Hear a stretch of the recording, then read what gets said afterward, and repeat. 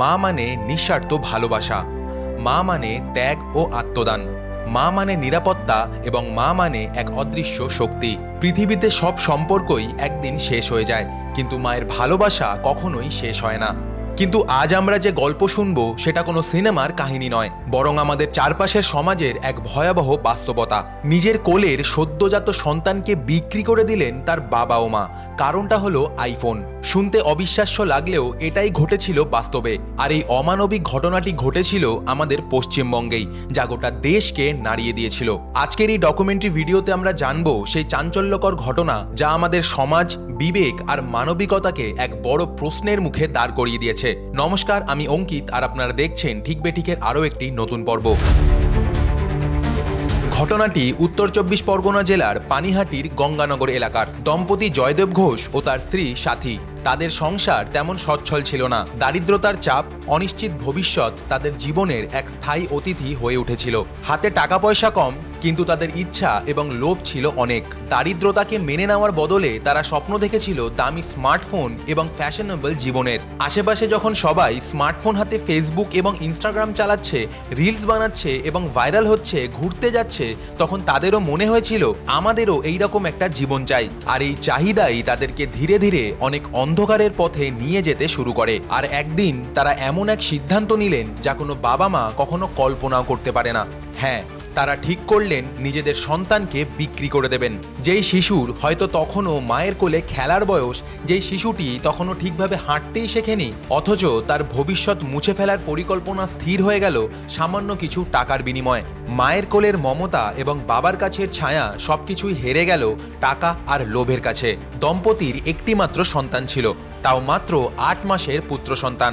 এই ছোট্ট শিশুই একদিন তাদের বিক্রির সামগ্রী হয়ে উঠবে, তা হয়তো কখনো কেউই কল্পনাও করেনি। গ্রামের মানুষেরা দেখেছিল যে দম্পতি প্রায়ই টাকার অভাবে অভিযোগ করতেন, কিন্তু একদিন হঠাৎ করেই তাদের হাতে চলে এলো নতুন ঝকঝকে আইফোন 14 এবং তারা রওনা দিলেন দীঘা ভ্রমণে। তখন প্রশ্ন উঠল যে এত টাকা এলো কোথা থেকে? তদন্তে উঠে আসে এক চাঞ্চল্যকর তথ্য।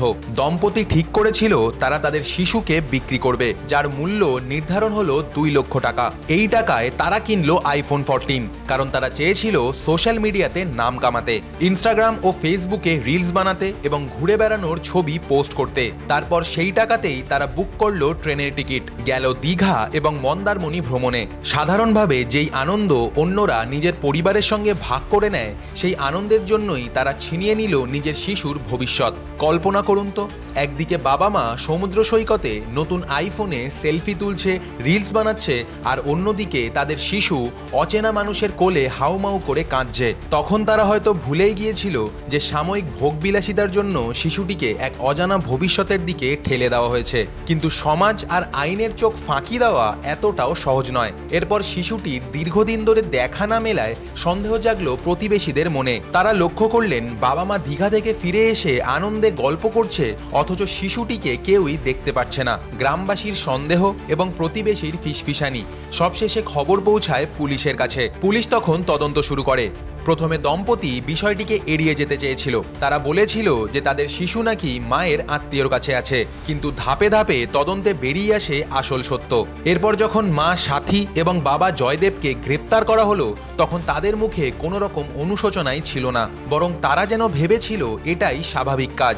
পুলিশের সামনে তারা স্বীকার করে যে হ্যাঁ, আমরা আমাদের সন্তানকে বিক্রি করেছি, কারণ আমরা ঘুরতে চেয়েছিলাম এবং ভিডিও বানিয়ে অন্যদের মতো নাম কামাতে চেয়েছিলাম। এই স্বীকারোক্তি শোনার পর গোটা এলাকা স্তম্ভিত হয়ে যায়। একজন মা নিজের মুখে বলছেন তার সন্তানের চেয়ে বেশি গুরুত্বপূর্ণ ছিল রিলস বানানো এবং ভ্রমণ করা। তখন পুলিশ দ্রুত শিশুটিকে উদ্ধার করে এবং তাকে নিরাপদ আশ্রয়ে পাঠানো হয়। শিশুটিকে যাদের কাছে বিক্রি করা হয়েছিল তাদের মধ্যে প্রথমে প্রিয়াঙ্কা ঘোষ নামের একজনকে গ্রেপ্তার করা হয়। পরে প্রিয়াঙ্কাকে জিজ্ঞাসাবাদ করে এবং তদন্ত করে এই ঘটনার সাথে জড়িত আরো 3 জনকে গ্রেপ্তার করা হয়। খবরটি প্রকাশ্যে আসতে উত্তাল হয়ে ওঠে সংবাদ মাধ্যম ও সোশ্যাল মিডিয়া। সকলের মুখে একটাই প্রশ্ন, কিভাবে একজন বাবা মা তার সন্তানের চেয়ে একটা ফোনকে বেশি গুরুত্বপূর্ণ ভাবতে পারে? এই কি আমাদের সমাজের বর্তমান চিত্র? এই ঘটনাটি শুধুমাত্র একটি পরিবারের নয়, এটা আমাদের পুরো সমাজের একটা প্রতিচ্ছবি। প্রশ্ন জাগে, কেন এমন হলো? দারিদ্রতা, অশিক্ষা, নাকি অতিরিক্ত ভোগবাদিতা। এই ধরনের ঘটনা শুধুমাত্র দারিদ্রতার কারণে নয়, এটা হলো অতিরিক্ত ভোগবাদিতা এবং সোশ্যাল মিডিয়ার নেশার ফল, যেখানে মানুষ চায় অন্যকে দেখাতে, অন্যকে প্রভাবিত করতে, কিন্তু তার জন্য যদি নিজের রক্তমাংসের সম্পর্ককেও বিসর্জন দিতে হয় তাতেও আপত্তি নেই। এই ঘটনাটি আমাদের সামনে প্রশ্ন তোলে যে আমরা কি প্রযুক্তিকে ব্যবহার করছি নাকি প্রযুক্তি আমাদেরকে ব্যবহার করছে। পুলিশ শিশুটিকে উদ্ধারের পর এই মামলায় মানব পাচার ও শিশু বিক্রি সংক্রান্ত ধারায় মামলা দায়ের করেছে। বর্তমানে শিশুটি সরকারের সুরক্ষায় আছে। একবার ভাবুন তো, ভবিষ্যতে কি সেই শিশুটি আর কখনো স্বাভাবিক জীবন ফিরে পাবে? তাছাড়াও শিশুটি যখন বড় হয়ে সমস্ত ঘটনাটি জানতে ও বুঝতে পারবে তখন তার মানসিক অবস্থা কেমন হবে? এই কলঙ্কজনক ঘটনার ছায়া কি তাকে সারা জীবন তাড়া করবে না?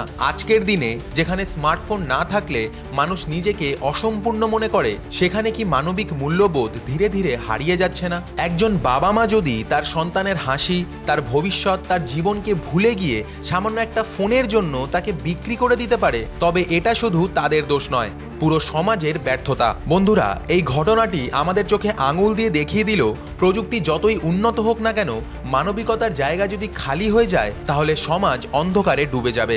আজ আমরা দেখছি মানুষ কোলের সন্তানকে বিক্রি করে আইফোন আর ভ্রমণে উন্মাদ হতে পারে। এটা শুধু দারিদ্রতার সমস্যা নয়, এটা মানবিকতার অভাবের সমস্যা। আমরা যদি প্রযুক্তিকে আমাদের জীবনের সর্বোচ্চ মূল্য হিসাবে দেখি তাহলে মানবিকতা ধীরে ধীরে হারিয়ে যাবে।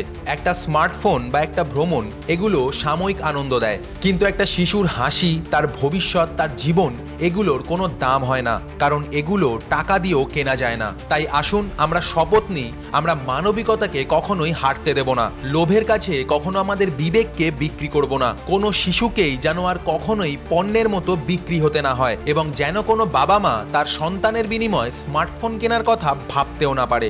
ভিডিওটি দেখে আপনার কি মন্তব্য তা কমেন্ট বক্সে অবশ্যই লিখে জানান। আজকের জন্য এটুকুই, দেখা হচ্ছে আবার পরের ভিডিওতে। সকলে সুস্থ থাকবেন, ভালো থাকবেন, নমস্কার।